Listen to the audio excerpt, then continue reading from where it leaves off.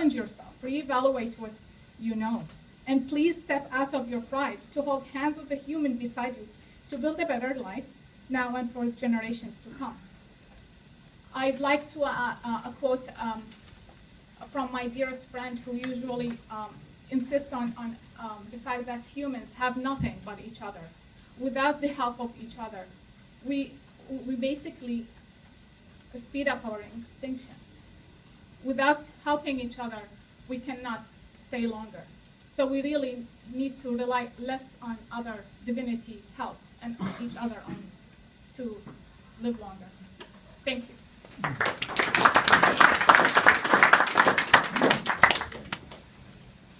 Thank you, Nina. Any comment or question for Nina? Zahra Naqvi and then Tahir Kazmi. I have a question. Yeah, I'll come to you. Zahra Naqvi. With your support and thought, so it's up. But I want to welcome Nina to the Happy of the Heart. I think we were waiting for a lady like her to come and talk about these topics because I don't think we are fulfilling these topics in these scenarios. So I really welcome you. Oh, thank you. Yeah, thank you. Tahir Kazmi. Something that quickly comes to my mind, in the very end of her talk, she said that the humans are meant for each other. To paraphrase, if I understand in terms of isms, humanism correctly, that's not humanism, that's humanity. So from that standpoint comes to my mind the topic in the email from the Family of Heart that we received, what is humanism and what is atheism? So my question is, how does our paper enhance my understanding of any of or both of these topics?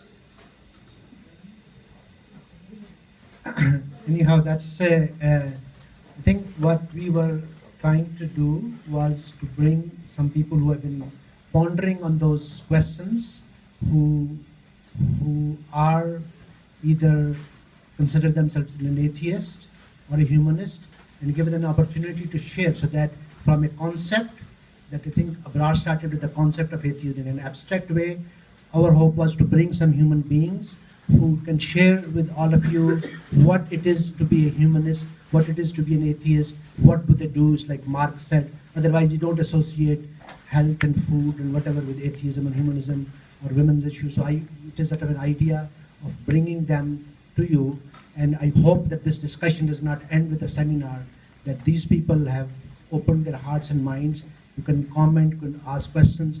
Idea is to start this dialogue that hopefully will continue on our website. We need. But you know, I think we should be very careful in confusing the philosophy, such as humanitarian attitude equating with humanism. I think it's a grave mistake and confusing the minds of the young folks who are around. Okay. I think that the question here is that there would be, if there are 1 billion Muslims, there will be 1 billion definitions of Islam. So if there are 1,000 atheists or humanists or secularists or humanists, so the idea is there is no standard definition. Each one of us are trying to define. So for me, my nameplate when humanist on my car, the guy who puts the pump gas, he asked me, who are humanists? So I say humanists are those who think human beings are more important than gods. That I just my one line. Anyhow, Munir Sami. I agree with everything that she said. The religions are bad, they're bad to women, that's all done. We are past those questions. We are now what we call a post-feminist society, if we put terms into that. What I respect is that she is in Canada as a country of her own choice. The Western society, which is the Western secular society that I kind of profess all the time, it has overcome or tried to overcome 18, 1900 years of difficulties that existed in the name of religion, and these societies have created a space for her, for me, and for others. So what we have to see is that we cannot always equate injustice toward women to religion in these societies. For example, she said she had a problem of her own because she didn't find a better job or equal job as an IT professional. It's got nothing to do with the religion. Not to find for her daughter doctors and police women and army women in a society is probably so new for them that they have not yet seen what this society has evolved to. This society, when I go on TV and talk, they believe very strongly in what we call Judeo-Christian values.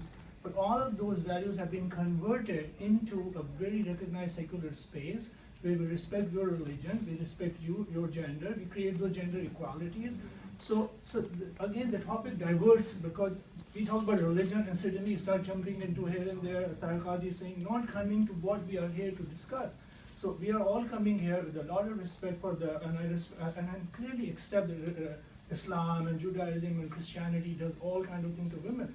But the Western societies where we've chosen to live have evolved to a sense that at least despite the 50-50 equality, and parties here, gender equality, are the NDP, for example, that I belong to, are fighting very hard for gender equality either within the party. Liberal Party is doing the same, conservatives are doing the same. So we have to kind of differentiate between those problems, generally with the problem of the religion against women. Do you want to make a comment? Yeah, go ahead.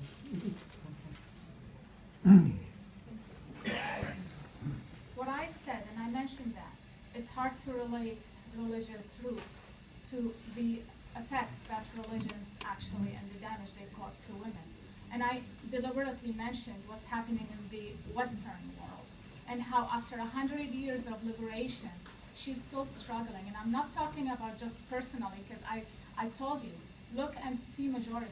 They are in the less rewarding job sector. That doesn't tell me equality. Lawmaking people are mainly men. Women are still secondary in choices. I see in the companies and I see in governments, women sometimes, and the funny thing in Iraq, after the democracy was brought to this country, I see women being as part of the referendum how to form the parliament, and it has to be 2-1 or something like that. And most of women are just becoming a decorative accessory to just fulfill the requirements. And a lot of jobs here also, when I check are you a minority or a woman or something, because we have to fulfill that agenda. That doesn't take me anywhere. The law is actually forcing equality, yet socially is still far behind, because there are a lot of women who stand in front of churches fighting against abortion of the right of freedom of choice. And there are a lot of women who are also supporting their men against homosexuals. And there are still a lot of women defending religions and fighting those who are against even the headscarf that Muslims wear. I personally, as Muslim, when I was walking, people tell me, you're perfect if you're just wearing this little piece of cloth on your head. As if that will define me as a human. And even a lot of women now think the women who are showing their faces, unfortunately growing really a lot. Women covering their face. So those even who are showing their face, they are being looked at as, how could they do that? So you're saying in the free world? In the free world, Islam is growing actually faster, and I see that. I see a lot of women who are Western women and brought up in the free culture, and I see them converting and actually putting the veil on their faces. And I watch that a lot on videos and internet and of course media. So yes, we are in the free world and we have gone a long way, but women are still struggling. I'll have to respond to that. I'm sorry, I have to enter into the debate because the thing here is not what you're saying is wrong. What you're saying is right. It's a question of observation. Look at the Supreme Court decisions in Canada. Look at the Supreme Court decision in the USA. Roe versus Wade is not overturned yet. In Canada, abortion is legal. All of these things are legal. So Canadian laws have evolved to give women the rights that they should be truly theirs. The society has not evolved to that level that you would expect it to evolve, but give the society some time to do that. And those discrimination they're talking about in jobs are not being done on religion. That's my point of view. See, quick comments. Let me just go ahead. No, I'm interested in Nini's experience with the men, your relatives, friends, the men who come over with their wives in solid marriages, Muslim people, have solid religion, and then the women like you sort of escape that bondage and start getting free and free thinking and thinking, like you do, as you just mentioned, which I agree with, of course. What is So what's the evolution of these guys, or these men, who want to stay with their wives, but want to keep them under control, at the same time want to keep their marriage together, want to make sure their kids grow up as good Canadians, you know, tolerant, and so forth and so on. So in your experience, you know, how do these men, you know, handle this metamorphosis between solid husbands? You, I can't talk to you, sorry. Between, you know, between a solid husband, but still religious, and a wife that's, you know, has broken away from a husband's bondage. Maybe not you, maybe your friends who are not in that position. I just wonder in general, what your opinion is of these guys, these men that still maintain a strong religion, but the wife has broken away like you have from the traditional position, yet maintain a solid marriage. I presume you do. To be honest, I noticed that women are stronger in keeping religion than men. I was Muslim and he was Muslim, and I was forcing religious values on him.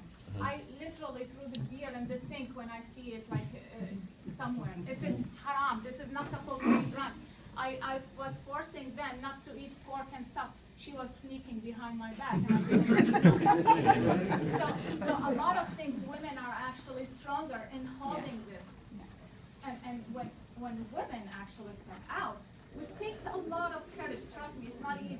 But when she does, she actually helps the family to enlighten a little bit and take it on ease.